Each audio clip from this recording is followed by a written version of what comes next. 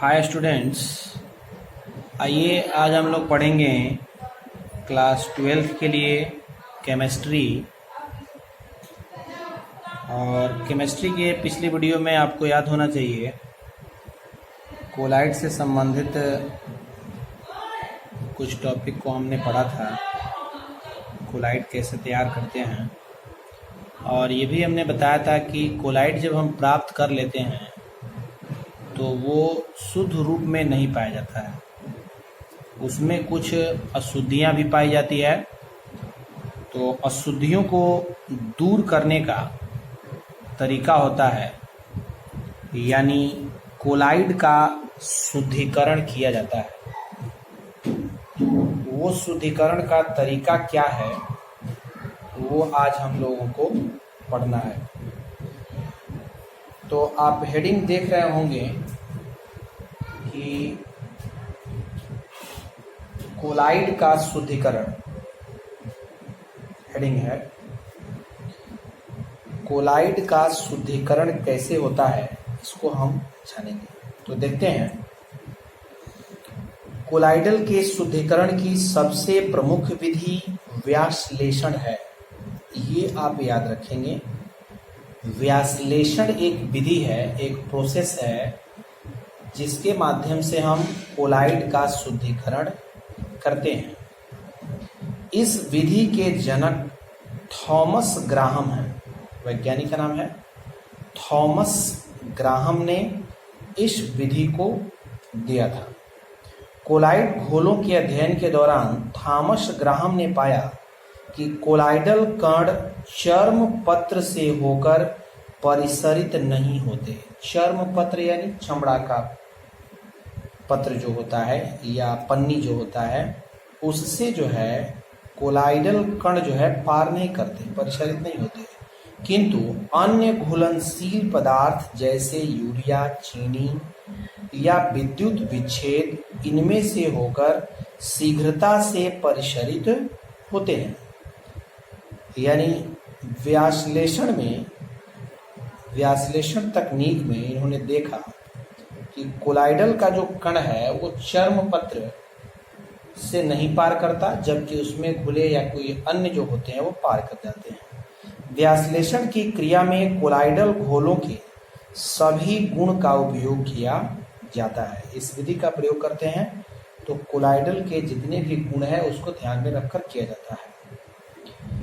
इसके लिए जिस उपकरण का व्यवहार किया जाता है उसे व्यासलेशक कहा जाता है। ध्यान रखिए, व्यासलेशक कहा जाता है।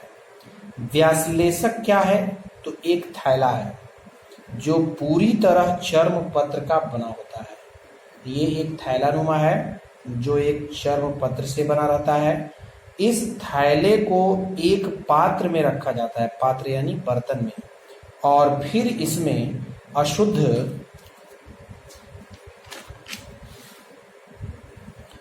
कोलाइड सॉल रख देते हैं। ठीक है, थैलेनुमा हम व्यासलेशक में रखेंगे और उसको एक पात्र में रख देंगे, और उसमें जो अशुद्ध कोलाइड होता है जिसको हमें शुद्ध करना है, उस विलयन को, उस सॉल्ट को हम उसमें रख देते हैं। ठीक है, जिसका शुद्धिकरण करना रहता है। अब पात्र में एक ट्यूब की सहायता से अशुद्ध जल भर दिया जाता है। उस पात्र में हम एक ट्यूब के माध्यम से शुद्ध जल को भर देंगे तथा पात्र के ऊपरी छोर से ट्यूब द्वारा जल की निकासी की जाती है। ठीक है, एक ट्यूब हम एक्स्ट्रा रखते हैं जो आवश्यकता अनुसार हम जल की निकासी को ऊपर से कर लेते हैं। ऐसा करने से कोलाइड सॉल में उपस्थित अशुद्धियां परिसरित होकर जल में चली जाती है। यानी कुल मिलाकर आप समझिए एक तरह से हम इसको छान रहे हैं पानी के माध्यम से। ठीक है, पानी को हम इधर से भेजेंगे एक ट्यूब के माध्यम से, दूसरे माध्यम से वो उसमें जो भी घुलनशील होगा उसको अपने साथ लेता जाएगा, परिसरित होकर जल में चली जाती है और फिर जल के प्रवाह में बाहर निकल जाती है। देखिए बात आ गई कि जल के प्रवाह के साथ वो अशुद्धियां बाहर निकलने लगती है। इस क्रिया को कुछ देर तक करते रहने से कोलाइडल सॉल में उपस्थित सारी अशुद्धियां बाहर निकल जाती है एवं कोलाइडल सॉल्ट शुद्ध हो जाता है।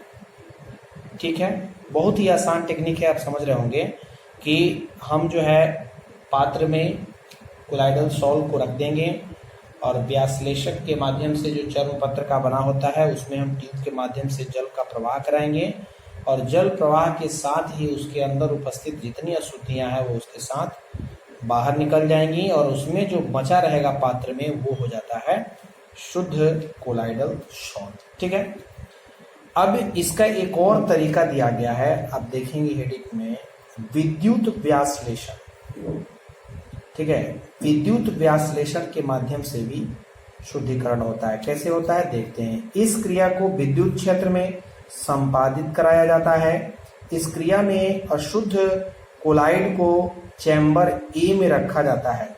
ठीक है, इसके चित्र हैं, आप बुक्स में देख सकते हैं, आपको ये हेडिंग मिल जाएगा चित्र में। तथा दो बाहरी चैम्बर बी तथा सी में शुद्ध जल लिया जाता है। चैम्बर ए और बी एवं ए तथा सी के बीच क्रमशः दो चर्म पत्र को व्यवस्थित किया जाता है और ठीक इन दोनों चर्म पत्रों के बगल में दो इलेक्ट्रोड व्यवस्थित किए जाते हैं। देखिएगा इसमें विद्युत प्रवाह भी होगा, इसलिए इसका नाम भी है विद्युत व्यासलेशन। तो इसमें दो इलेक्ट्रोड की बात आ रही है, यानी कि विद्युत प्रवाह होगा। ठीक है, अब विद्युत धारा प्रवाहित करने पर आयनिक अशुद्धियों का गमन होना शुरू हो जाता है। अशुद्धियों के केटायन ऋण ध्रुव की ओर और एनायन धन ध्रुव की ओर। केटायन मीन्स प्लस होता है, ठीक है, एनायन मीन्स माइनस होता है। तो प्लस जो है ऋण ध्रुव की ओर अग्रसरित होता है और माइनस जो है एनायन वो धन ध्रुव की ओर जाने लगता है, गमन करने लगता है, जिससे अशुद्धि चैम्बर बी तथा सी में चले जाते हैं। इस प्रकार कुछ घंटों में कोलाइड अशुद्धियां दूर हो जाती है और कोलाइड का शुद्धिकरण हो जाता है। इसको भी आप ऐसे समझिए कि हम एक ऐसे पात्र में रखते हैं और उसमें हम दो इलेक्ट्रोड को फीड करते हैं और हम क्या करते हैं, उस अशुद्ध कोलाइड सॉल्ट में धारा का प्रवाह कराते हैं और उस पात्र से हम कुछ चैम्बर, कुछ हिस्सा बनाए रहते हैं जो अशुद्धियों को उधर भेज देता है, प्रवाहित कर देता है चैम्बर की ओर। और जैसे ही हम धारा प्रवाहित कराते हैं तो उसके अंदर जो भी अशुद्धियां होती हैं वो केटायन और एनायन के रूप में धन और ऋण ध्रुव पे चली जाती हैं और उसके अंदर जो बच जाता है वो हमारा शुद्ध कोलाइडल सॉल्ट होता है। ठीक है, ये आपको थे शुद्धिकरण का तरीका। आगे आप हेडिंग देख रहे होंगे कि कोलाइड के गुण कौन कौन से होते हैं। तो कोलाइड के निम्नलिखित गुण हैं। कौन कौन? प्रकाशीय गुण यानी टिंडल प्रभाव। टिंडल प्रभाव आप पीछे भी पढ़े होंगे क्लास में कि जब प्रकाश की किरणें किसी कोलाइडल घोल से होकर प्रवाहित होती है तो प्रकाश का विकिरण हो जाता है और प्रकाश का जो विकिरण होता है इससे जो है घोल चमकने लगता है। ठीक है, घोल चमकने लगता है। कोलाइड कणों के द्वारा प्रकाश के विकिरण की प्रवृत्ति को टिंडल प्रभाव कहते हैं। जब हम कोलाइडल सॉल्ट से प्रकाश किरणें गुजारते हैं तो उसका बिखरना, उसका फैलना कहलाता है टिंडल प्रभाव। ठीक है, कोलाइड कणों द्वारा प्रकाश के विकिरण से यह प्रमाणित होता है कि इन कणों की आकृति आणविक आकार से बड़े होते हैं। ठीक है, ये दर्शाता है कि आणविक आकार से बड़े होते हैं इनके कण। ठीक है, दूसरा है गतिज गुण यानी ब्राउनियन गति। ये भी आप पढ़े होंगे 9th क्लास में। रॉबर्ट ब्राउन ने 1827 ईस्वी में यह देखा कि जल में प्रक्षेपित पोलेन ग्रेन्स जो है अनवरत गमन करते रहते हैं। ब्राउनियन गति में है कि कण जो है जिगजैग गति करते हैं। ठीक है ना, यानी टेढ़ी मेढ़ी गति करते हैं,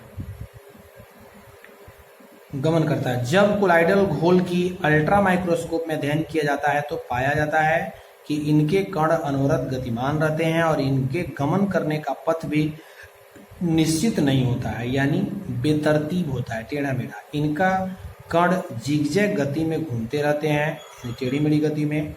कोलाइडल कणों के इस जिगजैग गति को ही ब्राउनियन गति कहते हैं। जैसे आप गैस में भी इसको पढ़े होंगे कि गैस के कण को अगर किसी पात्र में आप रख दीजिए तो उसके अनेकों जो कण होते हैं वो गतिशील रहते हैं हमेशा, और तिरछी गति से कहीं ना कहीं घूमते रहते हैं, दीवार से टकराते रहते हैं और वो अपनी गति को जारी रखते हैं। तो इस गति को कहा जाता है ब्राउनियन गति। तीसरा इसका लक्षण है विद्युतीय गुण।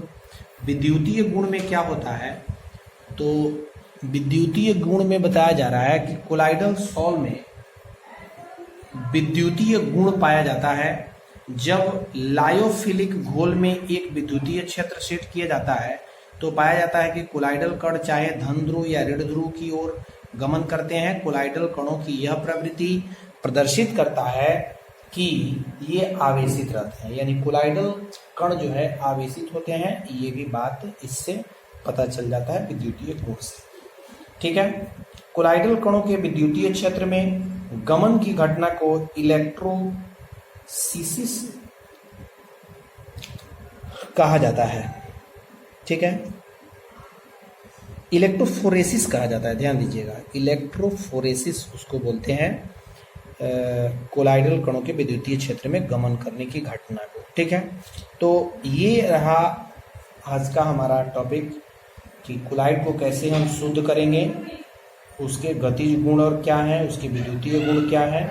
अगला हेडिंग जो है कोलाइडलों के स्कंदन कैसे होते हैं, और इसमें हार्डी सुलजे का नियम जो है एक आएगा, उसको हम लोग नेक्स्ट वीडियो में देखेंगे।